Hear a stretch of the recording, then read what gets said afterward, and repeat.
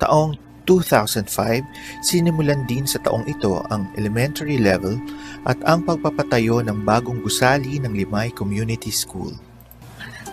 Work also continued on the building for an additional classroom for LCS.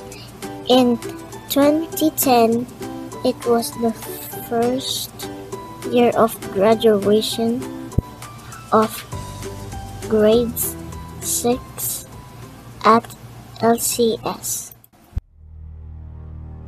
Oy, oy, oy, oy, oy, oy, oy, oy, oy, oy, oy, oy, oy, oy, oy.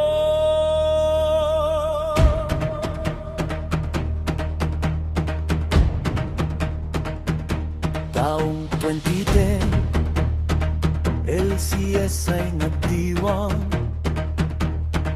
Grade 6 unang nagtapos, tagumpay ay nasilayan. Mula sa iba yung dagat, tulong ay dumaloy. Sound system at instrumento, papuri umitin.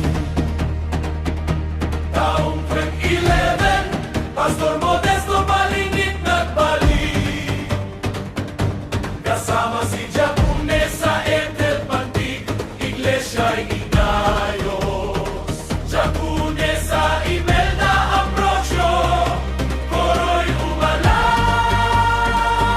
Jacune sa Geraldine, atenta ang nagpatuloy ng kanyang destino. Sa bawat biyaya, sa bawat pagsubok, ang Diyos ang lakas at sandigan ng Limay UMC.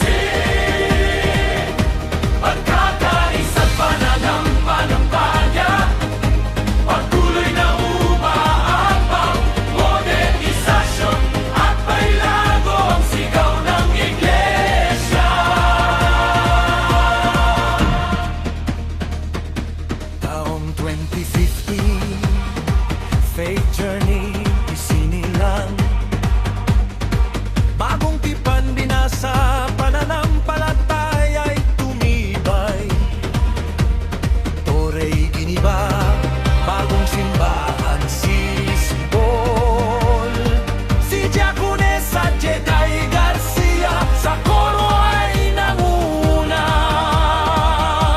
Taong 2015, Pastor Allen Alvaro dumating. Kere groups lumago, pananampalataya'y pinalalim. Pamilya ni Dr. Tomas Jimenez, sasakyan ay pinagkalo. Handog para sa misyon, paglilingkod ay mas lalong umabot.